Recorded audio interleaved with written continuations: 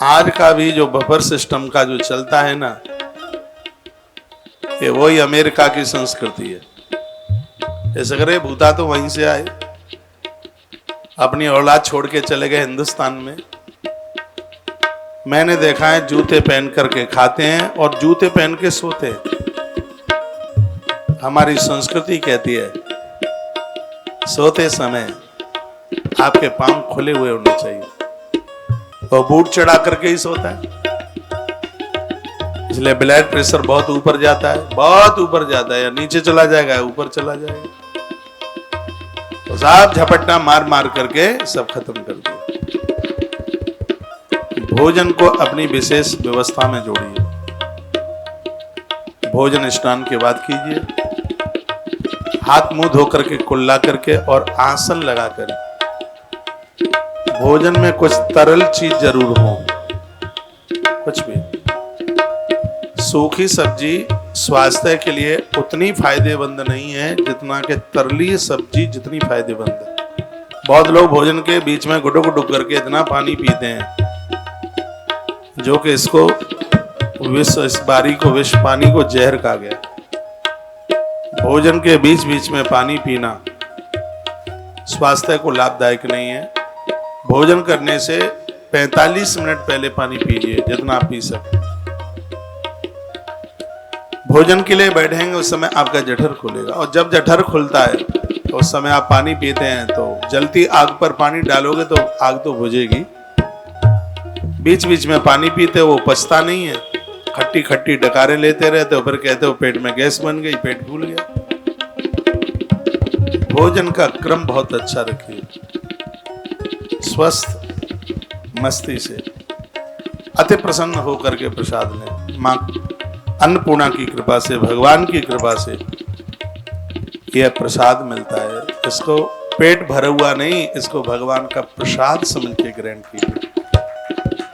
अन्नो वही देवता, अन्न देव है।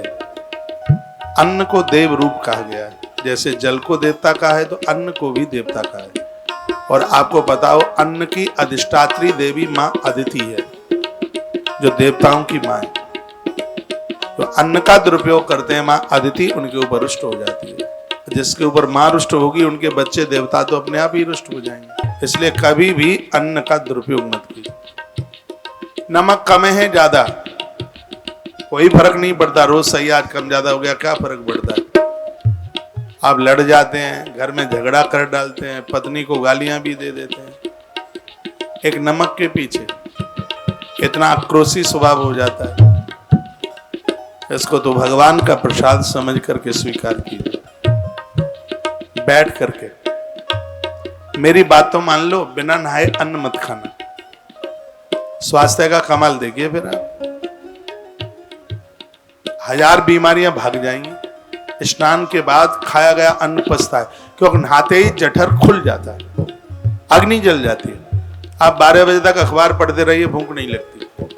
और जैसे ही आप नहाने से आए तो सीधे कहेंगे पत्नी को, मैं आया बस कुछ खाने को चाहिए।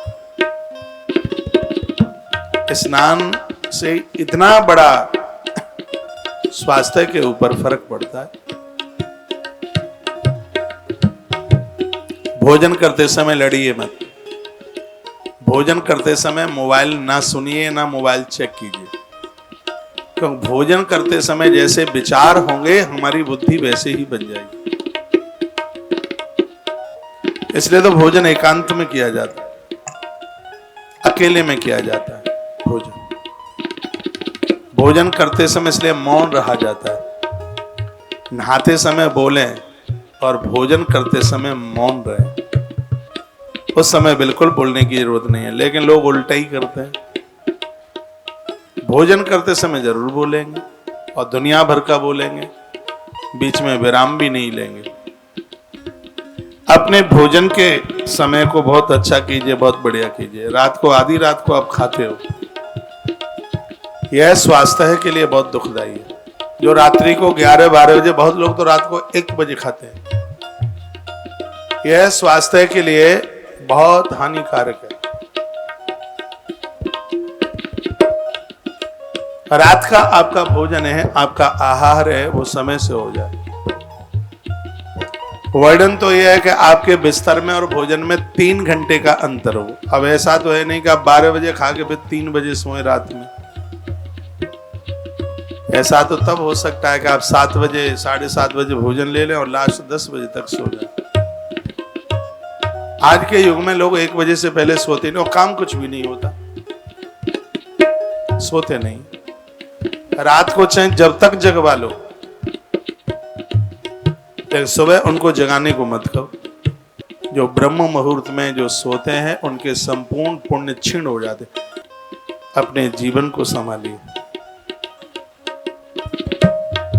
जिंदगी को आनंदमय जीने की कोशिश कीजिए। सब जीवन ऐसे ही निकल जाए।